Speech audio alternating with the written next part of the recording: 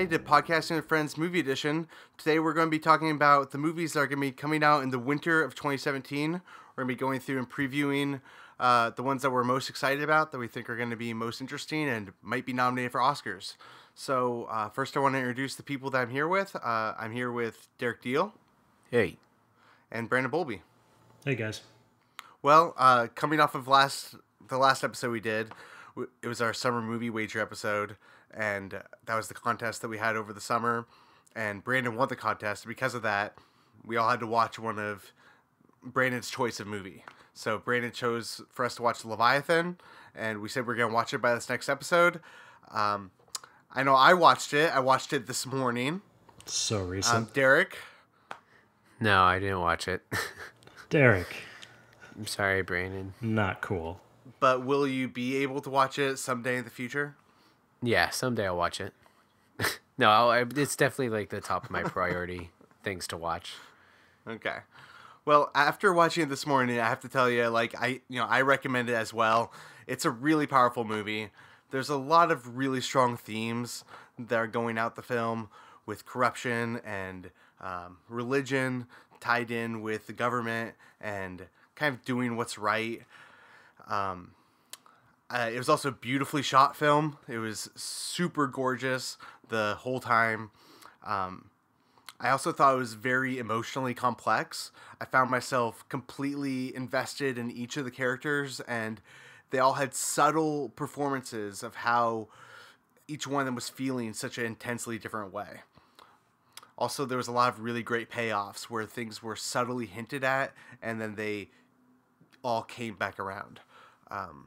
Brandon, what were your general thoughts? I know it's been probably a while since you've seen it, but it was the movie that you recommended. Right. It's been like three years since I've seen this movie. But God, this movie took me by surprise. I didn't know very much about it at all when I first watched it, and I just turned it on a plane ride on my laptop. Oh my gosh. And was just completely blown away. The unique location is really special about this movie too. It really absorbs you in the really lonesome environment in the Russian tundra. The Leviathan, the whales, the setting on the shore with the carcasses. The movie is really beautiful and really well shot as well. There's a really intense scene towards the end of the film where the wife is standing looking at the waves, and there's a whale that goes through the water as she's watching it, and it's so beautifully shot, but also you can tell everything that she's feeling and how complex she is inside. Do you know what I'm talking about? Yeah, absolutely. The score too is really, really beautiful. I mean, just from the opening kind of montage of the landscapes when it swells in. And I also love, like you said, things come full circle a lot in it. Kind of the hints of Catholicism wrapped up in the corruption that happens in the movie, and kind of the conclusion in the end is really surprising and just such a great, powerful, and sad conclusion to the film. This movie came out in 2014. Do you remember what was on your list then, and where you think this would go if you were to reconsider? That's an interesting question.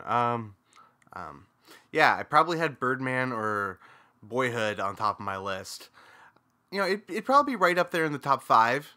I don't know if I would put it above Boyhood, but it was a very powerful, beautiful movie. So it'd be right up there. Maybe, and if looking at it now, it's if I did have Boyhood at number 1 and Birdman at number 2, it might even be between those two. Wow. That's really cool to hear. I'm glad you liked it that much, because it had such a big impact on me that year. Really, it was just I'm glad you forced me to watch it. Yeah, finally. That got me really excited to watch it. I really want to turn it on now in the next week. Yeah, have you watched it since you watched it on an airplane? No. I feel like you need to watch it on your big TV. Yeah. It's so gorgeous, and it's so cinematic. Yeah, there's so many just beautiful scenes and locations. I'm just surprised that you haven't you watched it. I would love to see a rescreening of that in theaters. Yeah. Well, with that, I think we should go into our previews for winter 2017. Winter's always a pretty exciting season because it seems like there's so many good movies that come out all at once. We should say that we classify the winter season as December through the end of February, which is pretty much capped off with the Oscars. Not that the Oscars are end all, but so little movies come out in January, February anyways, and so many come out in December that we kind of play catch up January and February in order to actually see all the movies from the year that we want to see. And so it kind of works out for the best that way. And availability as well. Like, I mean, you're in New York City, so most things open right away for you. But for us in Seattle, a lot of these big indie artful movies aren't released until January or February even. Yeah, for sure. Brandon, do you want to introduce the first film? Yeah, so the first film we're looking forward to comes out November 22nd, and that's Pixar's new film, Coco. This is directed by Lee Unkrich. He directed the third Toy Story film, which was really, really great. I don't think he has any other Pixar animated films he's done besides that. Reviews that are coming out for this movie are really strong. People are liking it a lot. Well, I feel like Pixar has kind of been doing this thing where they have like two movies a year, and typically one of them is like really great, and one of them is just kind of like an animated movie. Yeah, one of them they're actually trying, and one they're just coming out with something more Disney related. And it's pretty obvious when they're doing each. Coco is definitely one they're trying hard on, and they've come out with just some classics over the last decade and a half. I mean, Toy Story, the original Monsters, Inc., Incredibles, Ratatouille, WALL-E. So they are definitely a company I always look out for, and I'm extremely excited for Coco. I actually just found out that they're doing kind of a unique intro to this called Olaf's Frozen Adventure, which is a character from the Disney film, not Pixar film, Frozen. And they're making a big push for this short, and most all these films have a short that comes out at the beginning, but this one is like over 20 minutes long. So it really pushes the runtime with this whole theater experience. And I think they're definitely trying to do that to bump the sales to get the kids excited for this Coco film, because it's kind of a new IP for them. And so Disney thinks pairing it with this Frozen short is going to get kids in the door easier.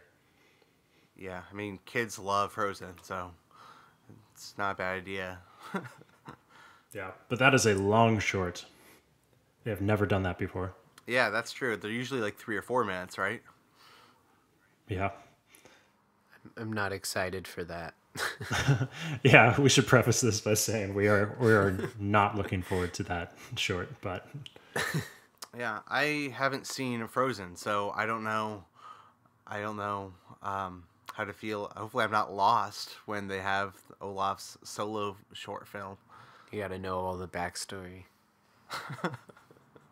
Anyway, yeah, Coco is out now. So our next film that we want to talk about is called Call Me By Your Name. It's supposed to be released on November 24th in a limited basis, which could mean kind of anything. It'll probably be open in New York in November, but it probably won't come to Seattle for a few more weeks after that. This is definitely an indie choice on our preview list.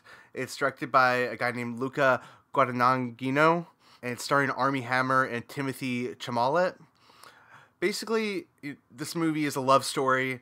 It's a young man. He's spending the summer in Italy. His father hires a doctor student, played by Armie Hammer. They start developing feelings for each other. Basically, this movie was screened at Sundance, and it got incredible reviews. People have been talking about it all year. People who were lucky enough to see festival screenings of it, but it's just been gathering a lot of buzz all year round. I just keep seeing it on these preview lists and like early best of lists. It's kind of just getting, people are just saying that it's just kind of a perfect drama. I mean, like really, like basically I've been following this list on Letterboxd, and like all year it's just the top highest rated movies of 2017, and it's updated every week. And all year, it's like only a fraction of the list are movies that I actually have accessibility toward. But Call Me By Your Name has been consistently in the top 3 all year round. Mm-hmm. But yeah, I mean, I don't know too much about it other than this early buzz for it. Brandon, do you want to talk about the next movie? All right, so the next film we're really excited for is called Darkest Hour. It comes out November 22nd. This film is directed by one of my favorite directors, Joe Wright, who has done some incredible films such as Anna Karenina, Atonement, and Pride and Prejudice. And he's also known for this really terrible film that came out recently called, or I think it was just called Pan. The Hugh Jackman one? Yeah, with Hugh Jackman, where they sing like modern rock songs. They sing Nirvana. But we don't talk about that. We only care about his period piece films. This film, I've been seeing trailers for it, and it looks like he's all in on it with his directing style that we love from him. He gets to do his like typical period piece, historical drama, but it seems he gets to stay away from his kind of cliche love story that I think is a bit too like whimsical for some people. So this, he might get to come at it with a different angle, and I'm really excited to see what he does with it. Yeah, I'm really excited to see Gary Oldman as Winston Churchill. Like, Gary Oldman's an actor who always transforms and puts himself completely in his roles. And I mean, I can't remember seeing another Winston Churchill biopic. I'm sure there have been other ones, but I don't know if I've seen any. And this one looks like Gary Oldman looks like Churchill. He doesn't even look like Gary Oldman anymore. Like, when I first saw that trailer, I didn't recognize him. So I don't know, I kind of feel like there's probably Oscar buds. Like, there's a good chance he's going to get nominated if the movie's decent. Yeah, and a lot of secondary awards too. Makeup, costume, set. Cool. The next movie we're looking forward to is The Disaster Artist, directed by James Franco, and it stars James Franco and his brother Dave Franco, Alison Brie, and Seth Rogen. And it's basically it's based on the movie The Room, directed by Tommy Wiseau. Basically, this movie is like kind of the telling of his story of how he made the movie. It's kind of like a behind-the-scenes movie, a fictional behind-the-scenes movie of what happened. And it just looks like a really funny movie. It has all those guys that are always in each other's movies. It's from like the Judd Apatow group, Seth Rogen and everyone. And it's getting a lot of pretty good early buzz too. So I'm excited to see what James Franco does, because this isn't going to be an all-out comedy. I think there's going to be a lot of substance to this film as well. Like, there will be some drama elements. The big question mark of this movie is going to be about how much it relates to The Room, and if people who have or haven't seen The Room affect their viewing of The Disaster Artist. Because The Room is like known as one of the worst movies ever made, but it's kind of like, it's so bad it's good. It's like so ridiculous and over the top and just so bad that people love watching it. It's got a huge cult following, and so like, is it going to be like the Tim Burton movie Ed Wood, where Ed Wood is known as like the worst filmmaker ever, but he had tremendous passion for what he did. The next movie we're going to talk about comes out December 1st. It's Wonder Wheel. It's the new film by Woody Allen. Stars Kate Winslet, Juno Temple, Justin Timberlake, Jim Belushi, and a few other people. Basically, this movie takes place on Coney Island. It's an amusement park in New York in the 1950s. And Coney Island's famous for being weird and having like over-the-top carnival-type vibes and artwork and stuff. Woody Allen basically, he comes out with basically a movie every year, if not more. He's been doing that for 30 or 40 years. And so not all of his movies are great. This one, though, is getting good early buzz, and the cast is really amazing. And I don't know, I feel like Coney Island as a set should be pretty fascinating on its own. Personally, I'm curious if this movie is going to get as much, like, press and exposure as it may have if it came out a different year, if it came out like a few years ago. Because, right now with all the sexual allegations that are coming out, I'm wondering if like Woody Allen's are going to be brought back up, and if, Louis C.K.'s movie isn't coming out anymore. And we've all known about Woody Allen's allegations for a long time. I'm just wondering if that's going to affect the movie in the upcoming weeks at all. Right. If there's going to be another round of backlash towards him. I'm really interested in the setting. Like, Coney Island is a pretty unique place in Brooklyn. I like how much the trailer looks like it's absorbing itself in that location. Though I do think calling it like Wonder Wheel is one step too far. Is that like the big wheel? Is that what it's Yeah, called? that's the classic Ferris wheel that's right in the center of Coney Island. Okay. And it's just like maybe one too many Coney Island references. But yeah, I'm a big Woody Allen fan, and I try to see his movies every year. Anyway, Brandon, we talk about the next movie?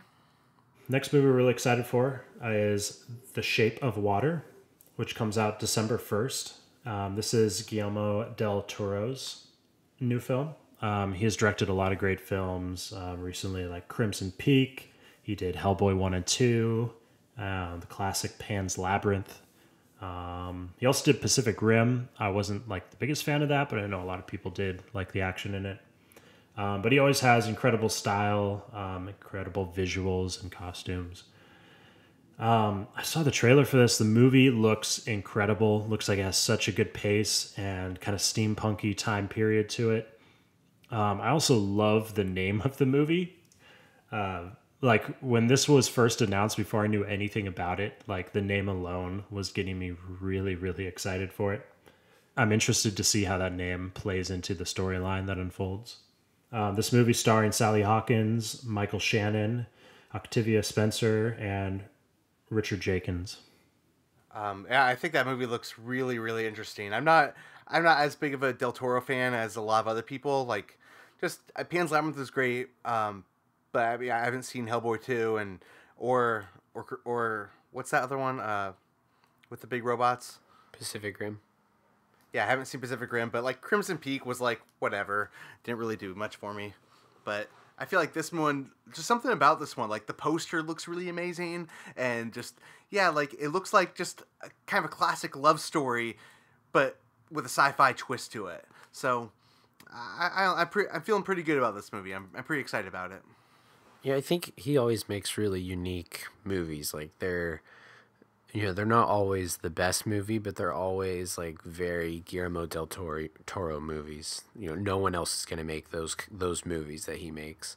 So it's always really exciting when he comes out with one, because it's going to be something really inventive and creative, and it's cool to hear that this one's getting all that really good buzz early on. So hopefully it's one of the better ones. Yeah. Yeah, it's like Pan's Labyrinth is kind of his movie everyone still talks about and is kind of in that top tier of great films.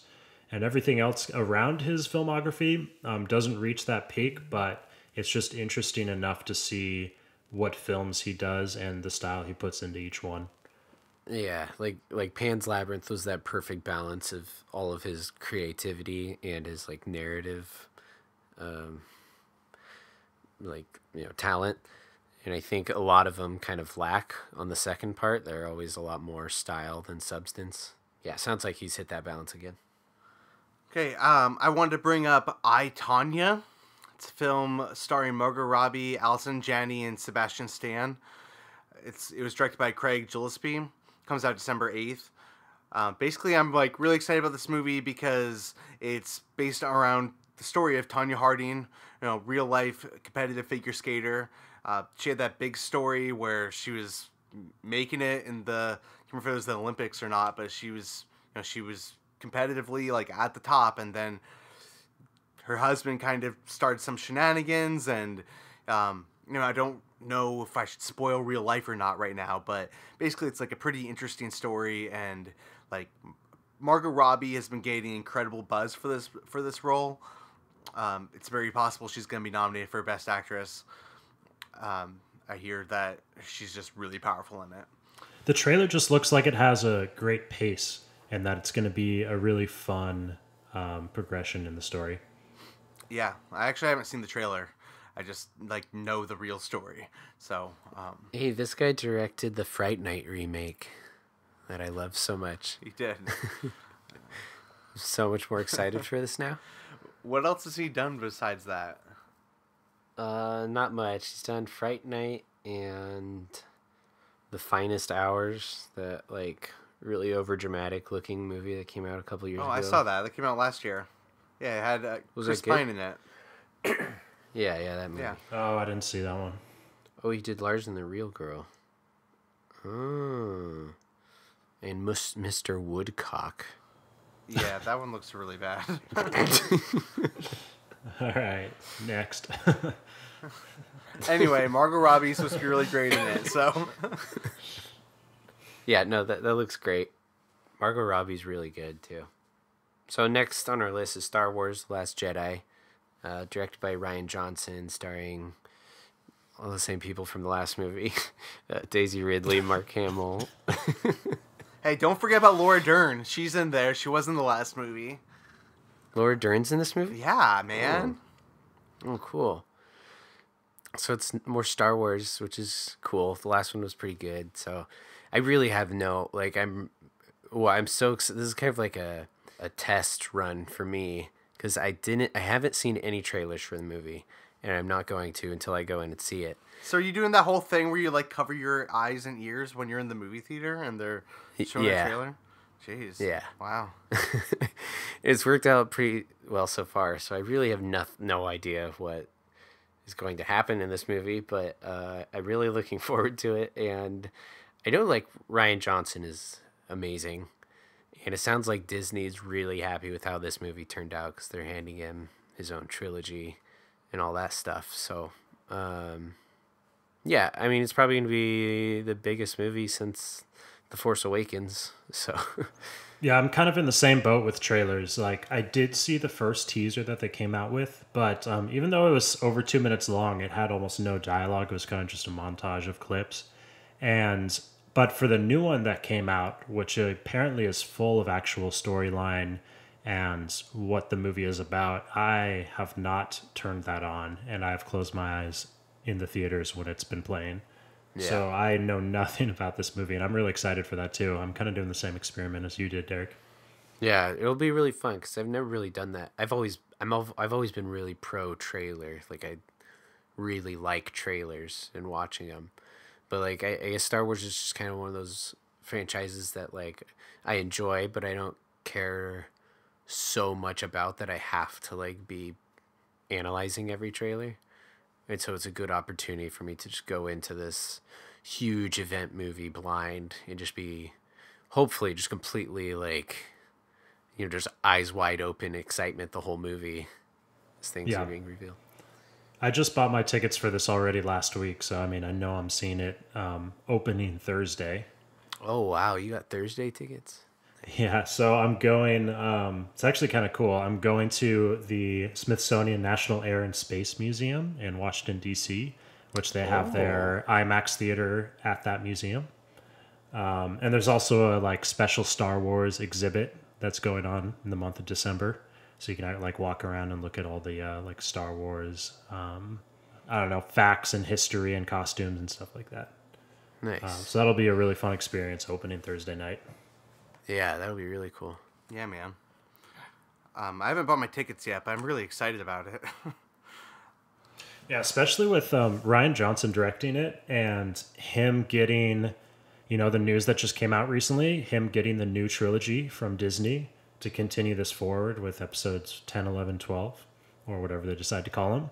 So a completely new, different story that's not the Skywalkers, and it's just like a perfect endorsement for how much Disney liked working with him and saw how good of a director he is. So that got me even more excited to see this product that comes out. All of his other movies have been so good, like Looper, Brick, and Looper's incredible. And the Brothers Bloom. Have you guys seen that one? No. I actually haven't. I watched it earlier this year, and I was blown away. Like, there's so much style and humor and great composition. Just so much going on in that movie. I mean, I'm so excited about it. I'm really excited to see where they take the characters. I guess I'm the first one, people always, when I say the first one, The Force Awakens, people were saying that was so similar to the first Star Wars movie. And I guess, if this one turns out to be exactly the same as Empire Strikes Back, I'm going to be a little disappointed. But, but I'm just excited to see where they take these characters that they established in The Force Awakens. I feel like The Force Awakens was like testing the waters, like to see like where, like financially this franchise still exists. You know, like I mean, there's no doubt in anyone's mind that it was gonna be really big, but I think they just wanted to kind of see where it was, so they just played it safe and came up with this story. They put it out, and it's like, oh, okay, so it's still a $2 billion, dollar movie. Now we get to have fun with it with this one and kind of do their own thing. Hopefully, that's what I'm hoping they were kind of doing. Yeah, I can really see that happening too. That makes a lot of sense. But honestly, I'm more excited that this is a Rian Johnson film than I am that this is a Star Wars sequel, if that makes any sense. Like on my what's making me anticipate the movie the most. That just actually gave me an idea, Nick. Like before this movie, going to see it, instead of watching the, Rogue One and Episode 7, I might actually watch The Brothers Bloom in order to build up to this movie instead. Yeah. Like use that as my part one. Yeah, I mean, I was thinking something similar. Like today, actually, I was driving around. I was thinking, like, man, it would actually be really cool to rewatch Looper. And it's been a while since I've seen Brick too. And like, I mean, obviously, Brick's not even gonna be anywhere near like The Last Jedi. Brick is a film noir based in a high school. Gritty, independent filmmaking. So it's not anywhere near The Last Jedi. But it might be cool to like rewatch Rian Johnson movies just to see how far he goes, how far he's come since doing Brick. And now he's doing, like you said, $1 billion movie. Anyway, Brandon, you want to talk about the next movie? Okay, so the next movie we're looking forward to is called Downsizing. Comes out December 22nd. This movie is directed by Alexander Payne. It's starring Matt Damon, Christoph Waltz, Kristen Wiig, and Jason Sudeikis. Really excited about this movie. Mostly Alexander Payne is a really good director. Ever since he came out with Sideways, actually I really liked that movie. Also, Nebraska was a great film. I feel like I'm saying this a lot, but his last movie, what was it called? The Descendants? Yeah. I wasn't necessarily that big of a fan of that, but seeing the trailer for this movie, Downsizing, it looks really, really unique and really original, unlike anything else you've seen before. Honestly, when I first saw the trailer for this film, I thought it was a Spike Jonze film. Yeah. Just the way the fantastical story that it's kind of showing on screen. And then when his name popped up as the director, it got me really excited. Yeah. I mean, yeah, I'm a big fan of Alexander Payne too. I feel like he's always done really well at balancing the drama with the quirky comedy. You forgot maybe my favorite Alexander Payne movie, Election. Like, God, I haven't seen that. What? Oh my gosh, that came out before Sideways. Wow. Matthew Broderick, what's her name? Reese Witherspoon. It takes place at high school. It's so funny. It's in my top like 3 high school movies. Yeah, the plot of the whole idea of the movie where people shrink themselves because to save money for for the world economy and stuff. Like it's an interesting idea. I guess I'm hoping it doesn't get too sappy, but like I said, typically Alexander Payne is good at balancing comedy and drama. So yeah, I'm really excited about this movie. Yeah, me too. It kind of looks like a grown-up version of Honey, I Shrunk the Kids-esque type thing. Yeah. I didn't even think of that. Yeah, maybe it takes place in the same universe.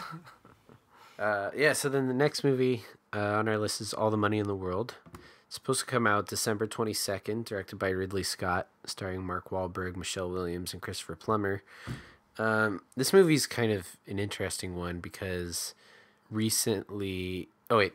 It also stars Kevin Spacey. I don't know if I said that or not. Well, kind of. You said Christopher Plummer, but you didn't say Kevin Spacey. But it's not going to star Kevin Spacey. No, yeah, it did star Kevin Spacey. But recently, because of all the allegations, Ridley Scott decided he was going to replace him with Christopher Plummer. So he has to go back and shoot all of Kevin Spacey scenes with Christopher Plummer. But the release date hasn't changed yet, so we're not sure if it's still coming out at the same time. Maybe Kevin Spacey didn't really have a big role in the movie. Maybe it's a smaller thing that they can actually reshoot and edit real quick or something. Well, apparently they said that, like, I mean, I've read mixed reports where apparently it should be easy for Ridley Scott to replace him. Like, just a couple weeks of filming, and he's able to bring back the actors and replace the scenes. But also, like, I heard that Kevin Spacey was supposed to be, like, getting an award season push, maybe, for Best Supporting Actor. So, like, I don't know, I've kind of heard that, like, both sides of the sword, you know, where he was supposed to be good in it. It was supposed to be, like, awards worthy, but they're going to try to... Ridley Scott basically was like, I work fast. I should be able to finish this in time.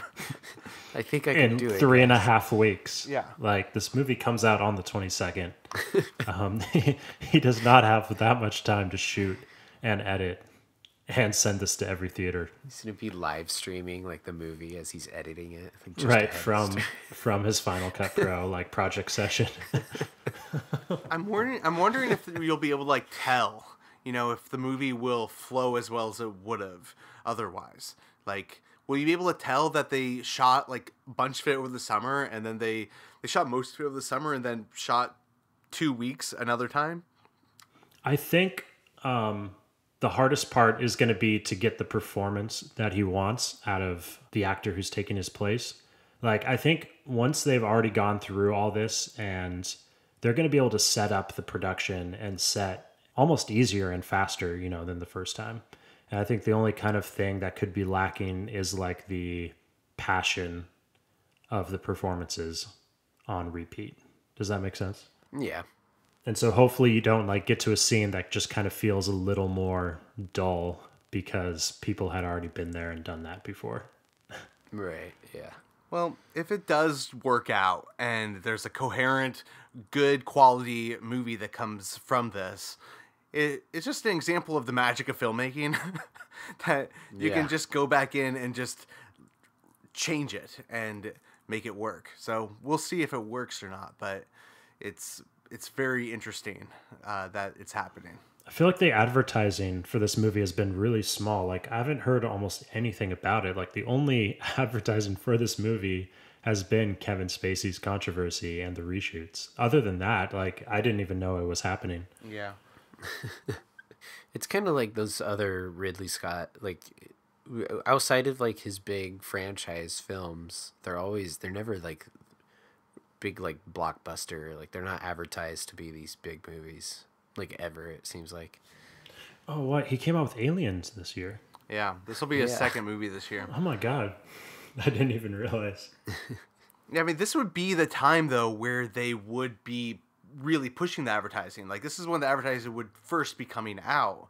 Like, I think, Derek, you said it earlier that the trailer was before Thor. I mean, they probably pulled all of those trailers, and like, they don't want to advertise a movie that has Kevin Spacey in it when he's not going to be in it. So they probably haven't had a new trailer for it yet. Yeah, that's true. Yeah, it's going to be tight. Unless they maybe cut one without him in it. Yeah, I'm surprised they haven't. But I feel like with Ridley Scott, he hasn't put out a drama like this in a long time. That's not an all-out blockbuster in maybe over a decade. So it'll be really interesting to see how this one plays out with this kind of different story for him. Yeah. I don't know what I'm expecting. I just hope that it's, like, coherent with this actor switch. So we'll see. Yep. The next film we were going to talk about is The Post, the new Steven Spielberg film starring Tom Hanks, Meryl Streep, Alison Brie, Bob Odenkirk, David Cross, Bruce Greenwood, and a few other people. Comes out December 22nd. I mean, I think the main reason we're all excited about this movie is because it's a Steven Spielberg drama starring Tom Hanks and Meryl Streep. I mean, the combination of those three is, like, history of modern film. Like, yeah, Meryl Streep is the actress of the last 40 years, and Tom Hanks as well, and Steven Spielberg is just, you know, one of the best of all time. And like we were saying with Ridley Scott, like, he's a director who's super famous for what he's done, and what he does recently is kind of hit or miss. Like he's got like The Bridge of Spies, and then he's got like the BFG, and Bridge of Spies gets nominated for Best Picture. The BFG people forget about. And I think he goes back and forth with movies these days where, one will be like a big blockbuster and might go over well, it might not. But typically his dramas are well received. It's very possible this movie, just because of Spielberg, will be nominated for Best Picture. But it looks like a really engaging, interesting story. It's about the Washington Post. It's a story about Vietnam. It takes place in the 70s. It looks just like a really solid, interesting drama. Looks kind of like Spotlight, but...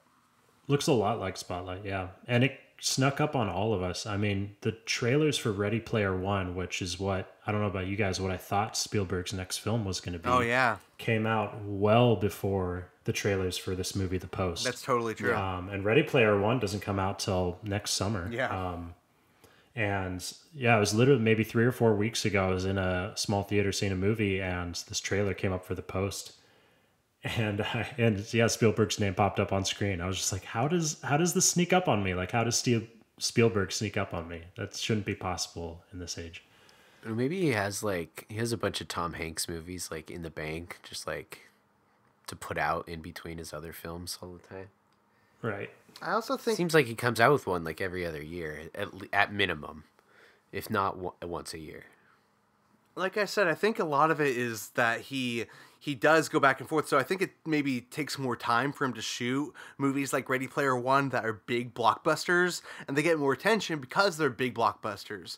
But Steven Spielberg is such a proficient filmmaker, he's able to maybe quietly shoot these dramas. I mean, I kind of feel like Bridge of Spies snuck up on me a little bit too, and that was a Tom Hanks movie, and it wasn't the most exciting movie, but it was definitely like a solid historical piece. Lincoln 2, that was another one that was not a blockbuster, but was nominated for a bunch of Oscars. You can go back to like Munich, which was also like I'm not gonna call it a quiet movie, but it was definitely more of a drama than anything else. And yeah. And he's working with his same cinematographer, it's hard to pronounce his name, Janusz Kaminski, who's done a lot of Spielberg films of lately, and also like Diving Bell and the Butterfly. Even for this like small drama, it's cool that he still has this top tier cinematographer working with him. Yeah. So the next movie on our list is Molly's Game, which is the first movie being directed by Aaron Sorkin, which is pretty cool. He's famous for writing West Wing and Social Network and the Steve Jobs movie. What else does he do? Moneyball. He's written so many movies. The Newsroom, right? That show? Yeah, The Newsroom. But he's very prolific, very fast-paced, like kind of exciting guy to just listen to his dialogue, It's really, really witty and they're always really good. Engaging. Yeah. Even when it's just people talking, he's just able to make them like really exciting conversation stuff. Anyways, this is his first writing and directing movie he's coming out with. Stars Jessica Chastain, Idris Elba, Kevin Costner, Michael Cera. I think we're excited just because it's Aaron Sorkin. We're really excited to see what he's been around for so long. We've been fans of the movies he's written, so it's really exciting to see what he's able to do behind the camera. And from the sounds of it, it's getting fairly good buzz, and the trailer looks great. Yeah, I'm excited to check it out. So the final movie we're going to talk about today that we're excited about is Phantom Thread. It's the new film directed by Paul Thomas Anderson. Stars Daniel Day-Lewis, and what he has said is going to be his final movie before he retires. I feel like actors retiring are kind of like pro wrestlers retiring, where you don't know if they're really going to retire. They'll probably come back. Right. I'm kind of hoping. Yeah. I'm kind of hoping for like an old age DDL movie to come out where he's just a very elderly man doing something or other. But anyway, the combination of Paul Thomas Anderson and Daniel Day-Lewis is undoubtedly exciting. I personally think like any PTA movie is something to be excited about. I give most of his movies 4 to 5 stars, if not all of them. You know, going back through, like, There Will Be Blood was another Daniel Day-Lewis, Paul Thomas Anderson movie, and that's a 5-star movie. You know, he's also done Boogie Nights and Magnolia and Punch Drunk Love. Punch Drunk Love. The Master, that was my number one movie that year that came out. Most recently, he did Inherent Vice, which to me was a very misunderstood movie, and it's very confusing the first time you watch it, but then you see it again and things kind of clear up.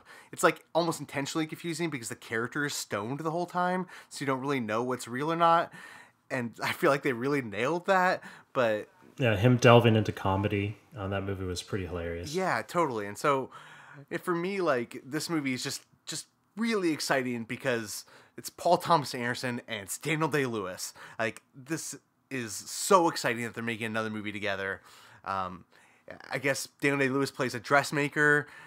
The trailer doesn't really tell you too much about it. It's just a lot of, like, snipping and sewing and intense music. But, I mean, just those names make it really exciting. I just am realizing Paul Thomas Anderson is doing cinematography for this movie. Oh, no shit?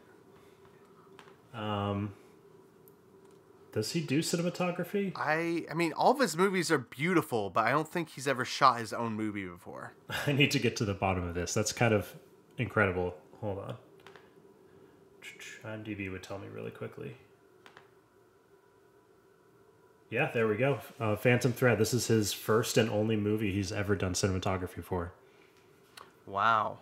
So that'll be really special to watch, to see what he does with that. Because he always has such a good visual style in his movies, but that's him directing a cinematographer to put his vision on screen. So with it completely in his control, hopefully he can hold it together. And he's going to be multitasking so much on this film. Writer, director, cinematographer. That's a really hard job. Yeah. I mean, I have faith. He hasn't led me astray yet. So all of his movies are beautiful and artful and have really complex characters. So just between him and Dan Day-Lewis, I feel like we're going to be in for something. Wow, that is a lot. I'm looking back from December 15th to the end of the year. There's like 7 major films that we're looking forward to, let alone probably tons of others that are going to come out. Yeah, like that are even smaller and more indie. Yeah, like I'm sure there's going to be other movies that sneak in there, and you know, once like the award nominations start coming out, there'll be movies that we are just hearing of because of that. Yep, more foreign films as well. Yep.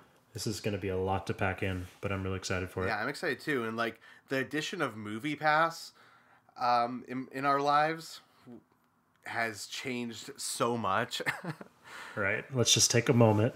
I think I've seen like 8 movies in November so far, which is and you've paid $10. Yeah, I think I've noticed my bank account actually doing a lot better this fall because of Movie Pass.